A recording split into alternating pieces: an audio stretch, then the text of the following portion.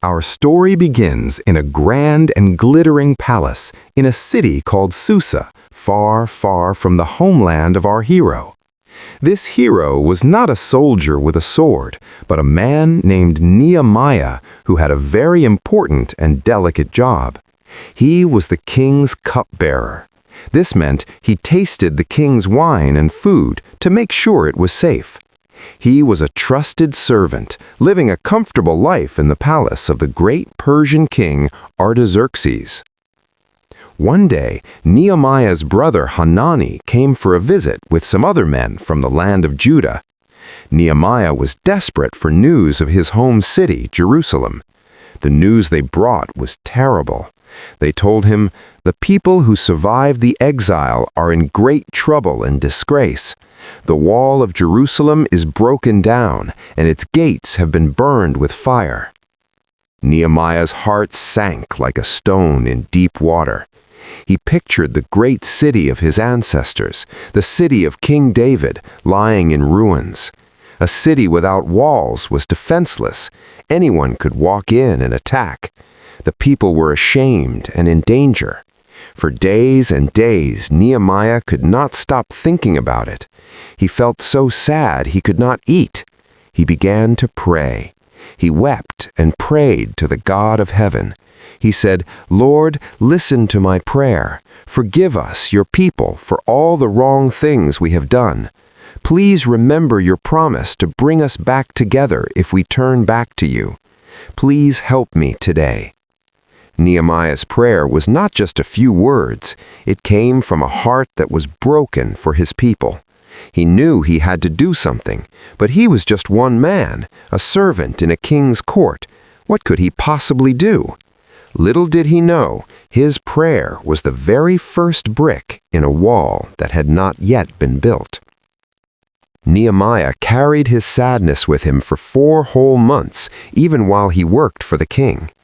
One day, as he was serving the king his wine, King Artaxerxes looked at Nehemiah's face. The king said, "Why does your face look so sad? You are not sick. This must be a sadness of the heart." Nehemiah was very, very afraid. It was dangerous to be sad in front of a king.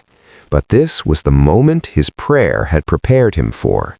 He took a deep breath and said, "May the king live forever. Why should my face not be sad when the city where my ancestors are buried lies in ruins and its gates have been destroyed by fire?" The king, who was kind to Nehemiah, asked a simple but powerful question. "What is it you want?" Before Nehemiah answered, he sent up a quick, silent prayer to God. Then he said, "If it pleases the king, send me to the city in Judah where my ancestors are buried, so that I can rebuild it." The king agreed. He even asked how long Nehemiah would be gone and when he would return. Nehemiah gave him a time, and the king was pleased to let him go. But that was not all.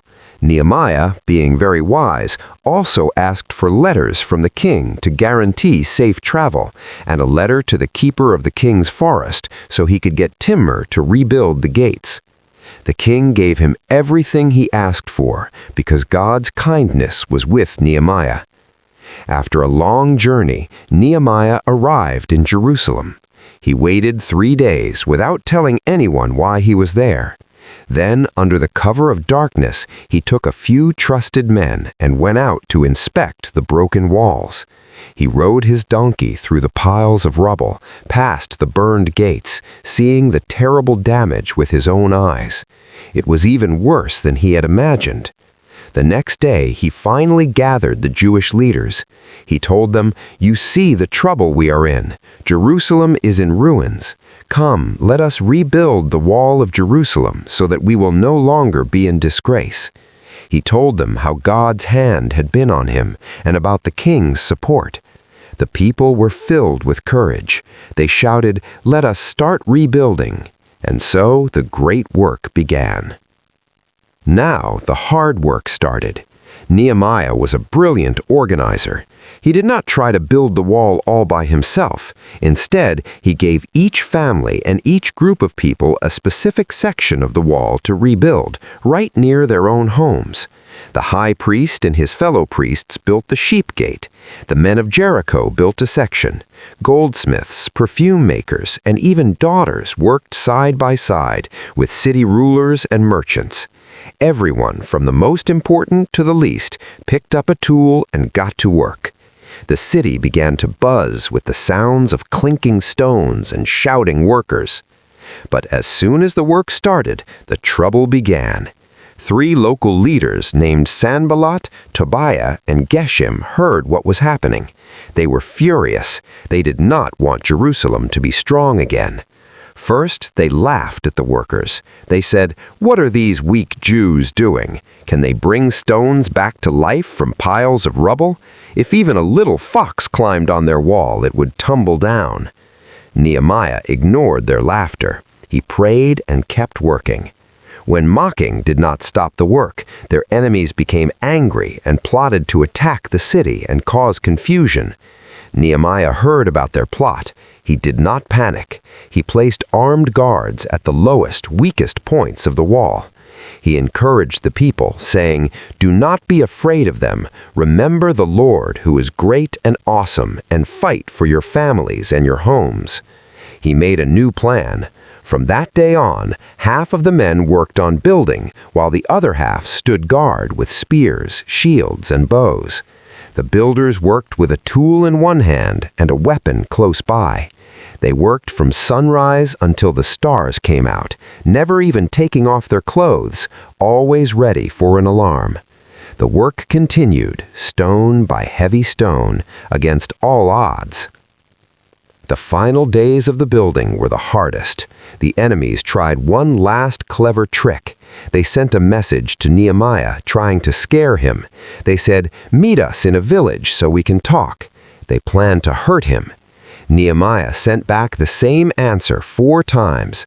"I am doing a great work, and I cannot come down. Why should the work stop while I leave it to come to you?" He would not be distracted.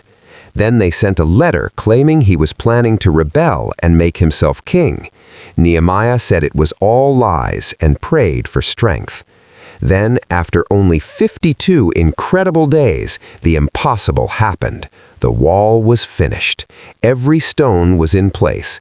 The great gates were hung. When Sanballat, Tobiah, and all their enemies heard the news, they lost their courage.